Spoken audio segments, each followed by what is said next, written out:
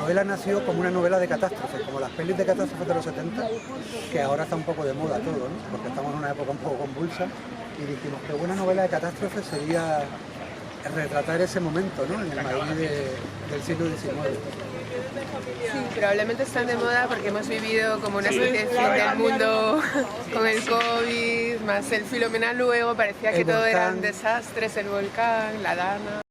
Buena parte ocurre en el Retiro y bueno, pues vamos a seguir el camino, ¿no? Vamos a empezar en esta puerta, vamos a seguir Paseo de Fernán Núñez arriba, Ángel Caído, luego iremos Paseo de Carruaje, Casa de Fieras, Montaña de los Gatos y saldremos por la Puerta de O'Donnell, que es justo el paseo que hacen, ellos la pasan canuta, el paseo que hacen ellos es el paseo que vamos a dar nosotros, ¿vale? Como introducción queremos contar un poco lo del tornado, ¿no? Que es esto que nos decían, cosa bastante desconocida. El tornado empieza en los Carabancheles, lo llaman los Carabancheles, y surge porque durante unos días antes en Madrid ha habido muchísimo calor, todo ese calor se ha quedado atascado en las capas altas de la atmósfera y se mezcla con un temporal que viene desde el norte de Europa, del que las autoridades tenían noticias. Se había advertido, en Estados Unidos se había advertido, en Francia se había advertido, ojo, que le va a parar un temporal que va a ser la pena. ¿Qué es lo que ocurre? Que al llegar a Madrid ocurre lo que no ha ocurrido nunca en la vida, porque de hecho creo que es la única vez que ha ocurrido, que se encuentra ese temporal con toda la atmósfera enrarecida de esos días de calor antes y se forma lo imposible, se forma un tornado. Un tornado además que no es un tornadito, un tornado creo que era de clase 3 o 4, que es como de los clase 3. En fin, un tornado imponente. Ese tornado empieza en los Carabancheles, como decimos, y va haciendo una diagonal de sur a norte y va a terminar en Venta. Pero lo que es los restos del tornado van a terminar en las afueras de Madrid, va a arrancar trenes de sus vías, va a mover tranvías como si fueran velas de barco, los va a arrastrar por media calle, va a levantar carruajes en peso, va a matar a un montón de gente. En el lavadero imperial, que es un lavadero que sale en la novela, que parece que está en el río, en Manzanares, hay no sé cuántas personas dentro porque trabajaban la bandera, sus hijos habían ido a reunirse con ella y estaban esperando que salieran, un montón de gente se había metido dentro para resguardarse del temporal que ya estaba cayendo, y el tornado pasa y derrumba el lavadero imperial y mata a un montón de gente que hay debajo, y aquello es una debacle, o sea, mata a muchísima gente y deja no sé cuántos heridos. En ese trayecto que va a seguir en diagonal de sur a norte, va a terminar pasando por Delicias, pasa por Atocha, pasa por el Jardín Botánico, arranca o mata a todos los árboles del Jardín Botánico, lo destroza, lo deshace, se mete en el Retiro. Bueno, una parte va porque se divide y una parte va hacia Sol, llega a Sol, arrasa a Sol, sube por Preciado, no existe Gran Vía todavía, pero sigue toda esa zona, pasa por, ¿cómo se llama la Plaza Santa Ana? Por la Plaza Santa Ana, y otra parte viene hacia aquí, que se bifurca una parte hacia allá, arrasa el Casón del Buen Retiro, donde iba a estar años después el Guernica, estaba en obras en ese momento y derruye toda la fachada, y otra parte se mete hacia el Retiro. Arrasa el Retiro, creo que se carga 6.000 árboles, deja todo esto lleno de... Claro, porque el tornado a su paso va arrastrando desde carruajes a ropa, a objetos, a útiles. Entonces, claro, hemos imaginado un escenario bastante apocalíptico, bastante cinematográfico. Cuando ellos entran en el Retiro, se encuentran toda esta avenida llena de miles de objetos en el suelo, alfombrando el Retiro, la mitad de los árboles partidos, todo lleno de hojas. En fin, es un escenario muy prometedor para nosotros como autores, ¿no? Porque nos permite mil aventuras en todo este escenario bastante apocalíptico. Vale, la primera parada que vamos a hacer es esta caseta, que es la caseta del guardia. Nosotros hemos ideado un poco homenaje a esa caseta que está ahí, ni se sabe cuándo. Hay, por una razón que no podemos contarles, ellos están buscando una herramienta para deshacerse de algo, ¿vale? Y entonces esa caseta hemos ideado que es la garita del jardinero. Y entonces ellos se ponen a forzar esa garita para ver si encuentran esa herramienta que necesitan. Durante toda la novela hay una cosa que nos gustaba mucho. Como hay que hablar y contar cosas durante todas las novelas, durante todas las historias, hay que hablar, contar cosas, información de los personajes, de su pasado, de su presente, de su relación entre ellos.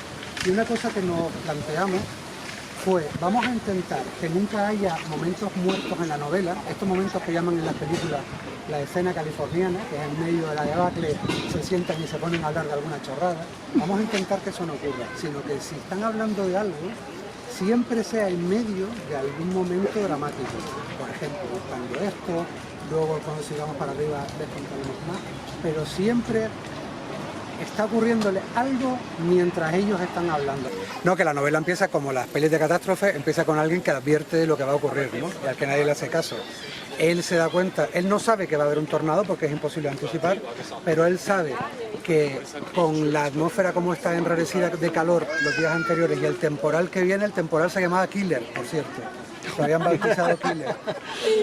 Y él sabe que viene el temporal Killer, aquello tiene mala pinta. Vale, llegamos al Ángel Caído. En el Ángel Caído se paran nuestros personajes porque encuentran un carruaje que ha sufrido, está volcado, no tiene caballos y van a encontrar algo en este carruaje que va a marcar un poco su camino en la novela. Un personaje que nos encanta. Un personaje que se llama, ¿podemos decir eso? Sí, ¿no? Se llama Regina Subarte, viuda de Munchausen, y es un personajón que nos divierte muchísimo y que va a tener mucho jugo en la novela. Vale, pues está este carruaje aquí abandonado y eso nos da pie a hablar un poco del Ángel Caído. El Ángel Caído es, bueno, como se pueden imaginar, en la España del 19 es una figura súper controvertida porque es una figura del demonio. Generó un escándalo bestial. Alguna gente lo adoraba y alguna gente lo detestaba, ¿no? Lo detestaba muchísimo. Está esculpida por un autor que se llama que participó en un concurso, un premio de la Academia de Arte, y le dieron el premio. Con los años se planteó la posibilidad de crear una estatua para ponerla de cara al público. Entonces, el pedestal es de otro autor, lo tengo por aquí apuntado, ahora se lo digo, el pedestal es de otro autor, pero la estatua se ha erigido en este sitio muy poco tiempo antes de lo que ocurre en la novela, es decir, está unos meses después. Hay un gazapo en la novela porque se ha escapado y pone años, creo que son meses. El paseo, como les contaba antes, empezaba un paseo de barca, había todo esto y bajaba hacia el lado. Vale, este Fernán Núñez que les dije antes, se le ocurre la idea de cegar ese paseo de agua y hacer un paseo para que paseen los carruajes, para que pasee la gente. Es un proyecto que va a tardar unos años en hacerse realidad, pero el tipo lo consigue. Cuesta 110.000 pesetas. De aquella época, que hoy tiene que ser no sé cuánto, pero yo que no sé qué pasar 60.000 euros, serían 110.000 pesetas. Tienes que meter la inflación. No, me refiero a literalmente... No, 600 euros, 660 euros. Vale, pues costó eso y él pagó la mitad, pagó 55.000 de esas pesetas. El paseo, en principio, bueno, fue una obra de ingeniería bestial, fue muy difícil de conseguir. Le ayudaron en la empresa dos ingenieros que eran, uno de ellos, el que ha hecho, no sé si les suena, la gruta que hay por la Casa de Cristal también aquí en el Retiro, hay una gruta que te metes por dentro, es suya, y hay otras cosas que ha hecho en el Retiro, sitios de estos emblemáticos de Retiro que también lo hizo él, y el otro ingeniero que le ayudó es el que hizo el puente de hierro de la cuesta esta de los franceses. Que hay un puente, un viaducto, perdón, y en ese viaducto es de este ingeniero. Vale, pues hacen la obra y en su momento costaba 2 pesetas porque era de pago.